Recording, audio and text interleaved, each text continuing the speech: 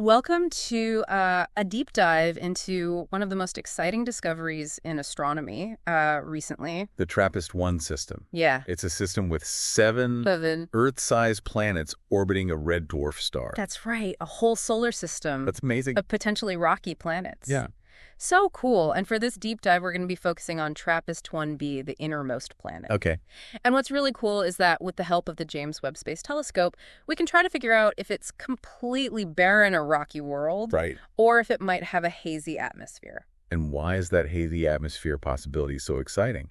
Well, it could mean that we're looking at a completely different type of atmosphere than we've ever seen before. Okay, so before we get too far ahead of ourselves, let's back up a little bit. You mentioned red dwarf stars. Yeah. What makes those different from our own sun? So red dwarf stars are much smaller and cooler than our sun. That means their habitable zones are much closer in, think of the habitable zone as the Goldilocks region, where a planet's temperature could allow for liquid water on its surface. So these planets are huddled up close to their star. Yeah. Does that create any issues for studying them? It definitely makes things more challenging. Red dwarf stars can be pretty active with lots of flares and star spots. They can make it tricky to study the faint signals from their planets. Sounds like trying to find a whisper in a hurricane. So how do scientists actually go about studying the atmospheres of these distant planets? One of the main techniques is called occultation. Imagine you're looking at a distant star and a planet passes in front of it, blocking some of the star's light. By carefully analyzing how the starlight dims, we can get clues about what's in the planet's atmosphere. Clever, like using a cosmic magnifying glass. So what have scientists learned about TRAPPIST-1b using this method? Well, the initial observations from the James Webb Space Telescope gave us two main possibilities. Okay. On one hand, we could be looking at a bare rock, essentially a lifeless, airless world in this scenario. The surface might be dominated by ultramafic rock, which is a type of volcanic rock that's rich in minerals and denser than the rock we're used to here on Earth. So like a super dense static landscape. Now, the other possibility is much more intriguing. Okay. A hazy atmosphere. Uh-huh. This would mean TRAPPIST-1b is enveloped in a thick shroud of gases, potentially rich in carbon dioxide. CO2, that's a greenhouse gas, right? What does that tell us about what might be happening on TRAPPIST-1b?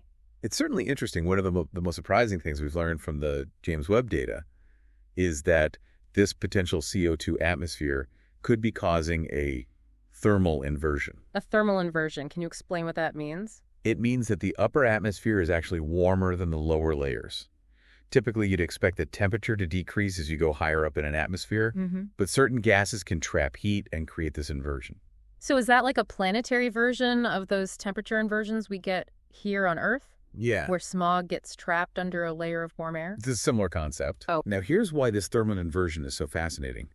It messes with how CO2 usually interacts with light. Typically, CO2 absorbs a specific wavelength of infrared light. So if there's a lot of CO2 in an atmosphere, we should see a dip in the amount of that specific wavelength of light coming from the planet, right? Exactly. But with a thermal inversion, that CO2 actually starts to emit that same wavelength of light. Wow. Instead of absorbing it. That's why scientists initially thought a CO2 atmosphere was unlikely on TRAPPIST-1b. The inversion was throwing them off. Ah, so it's a bit of a cosmic curveball. Yeah. Really highlights how challenging it is to interpret data from these distant worlds. Absolutely. So how did scientists come up with this idea of a hazy atmosphere then? Well, it turns out there's a familiar example in our own solar system that gave them a clue. Okay. Titan, one of Saturn's moons. Titan, I know a little bit about that moon. Isn't it famous for having methane lakes? It is, but what's relevant for our discussion is that Titan also has a hazy atmosphere and a thermal inversion. Okay. And seeing this phenomenon on Titan got scientists thinking, could something similar be happening on TRAPPIST-1b? Could a haze be messing with the way we're detecting CO2? That's really interesting. It sounds like studying objects in our own solar system can help us understand these faraway planets, but would a hazy atmosphere on TRAPPIST-1b be exactly the same as Titan's? Not necessarily.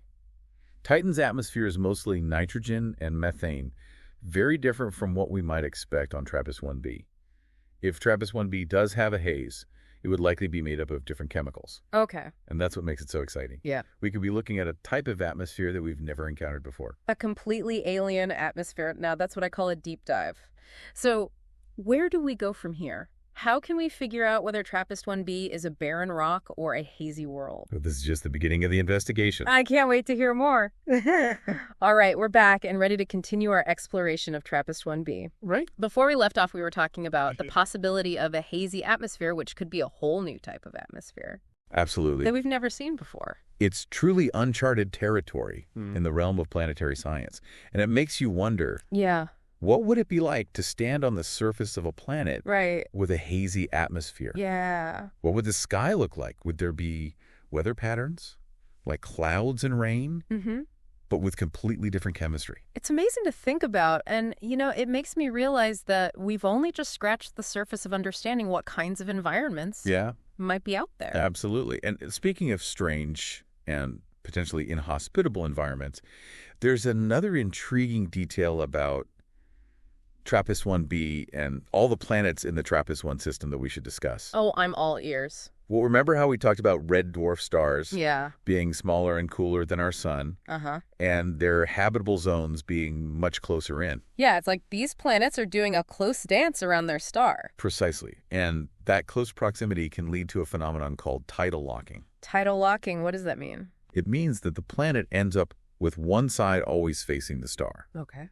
Just like the moon always shows us the same face, the planet's rotation becomes synchronized with its orbit.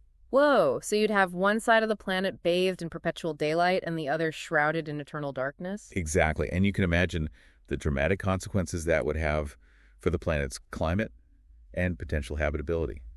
That sounds pretty extreme. Would the temperature difference between the two sides be huge? Absolutely. Yeah. It could lead to scorching heat on the day side and frigid cold on the night side. We're talking about temperature extremes that would make even the most harsh environments on Earth seem mild. Wow, that doesn't sound very conducive to life as we know it, though. I guess if there are organisms on Earth that can survive in boiling hot springs and freezing glaciers, maybe life could find a way to adapt to those extreme conditions on a tidally locked planet. That's a great point. Life is incredibly resilient and adaptable. Yeah. And who knows, maybe there are life forms out there that thrive on these kinds of temperature extremes. It really opens up your mind to the possibilities. So we've got this fascinating mix of factors to consider, with TRAPPIST-1b, a potential hazy atmosphere, a red dwarf star, and the possibility of tidal locking. It's like a puzzle with all these interlocking pieces. And that's what makes the study of exoplanets so compelling. We're constantly challenging our assumptions and expanding our understanding of what's possible in the universe.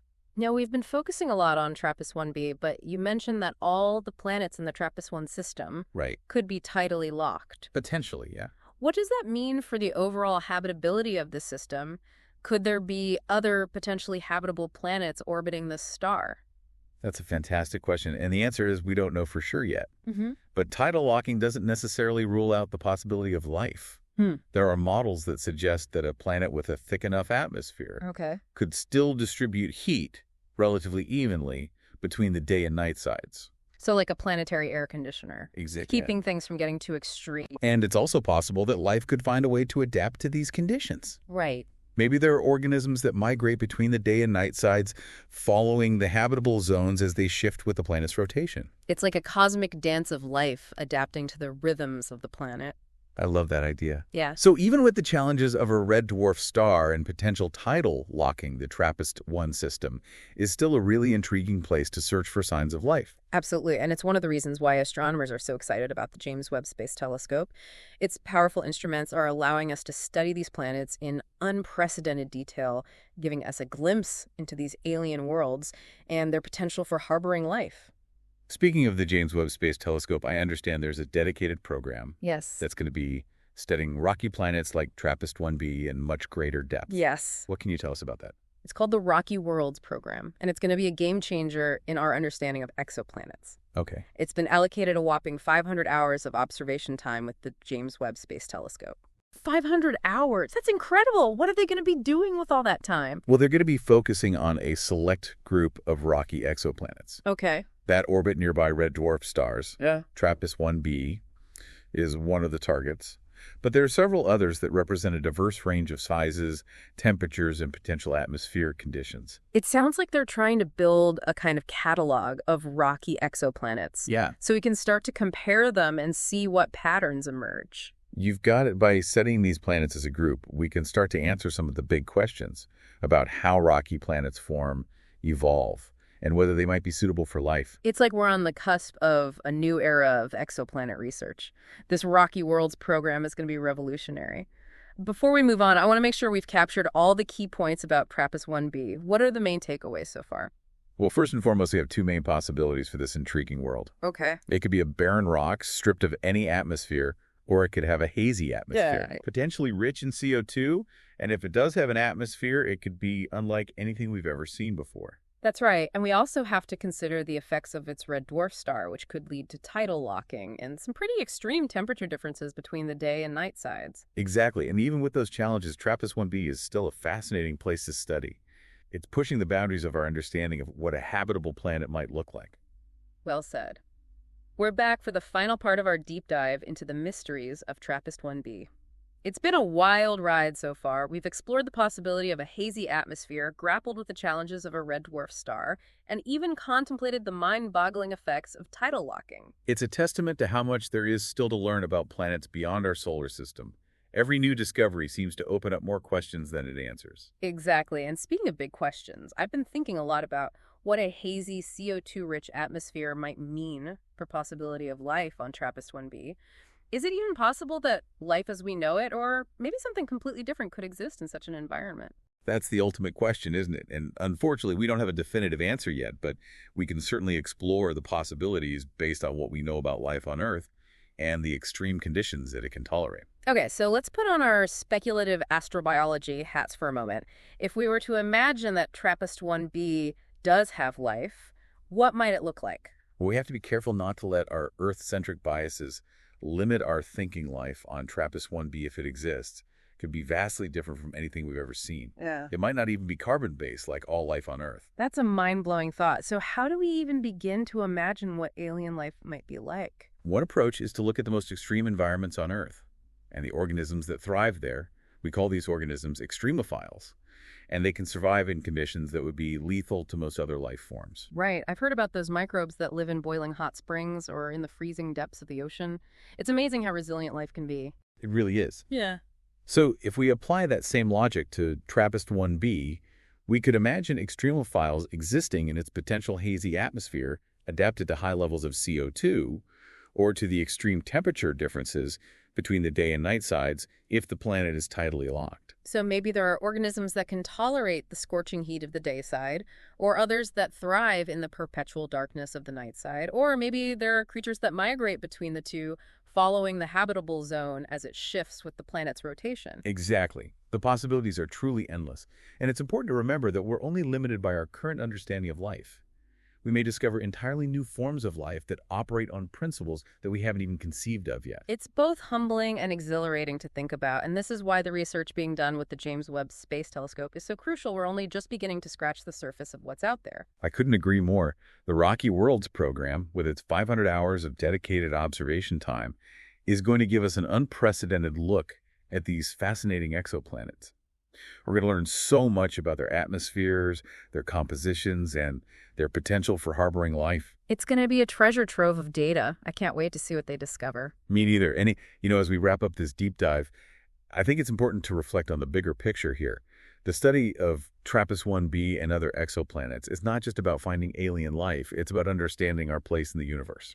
That's a great point. By studying these distant worlds, we're also learning more about our own planet and the delicate balance of conditions that make it habitable. Exactly. And it's also a reminder that we are part of something much larger than ourselves.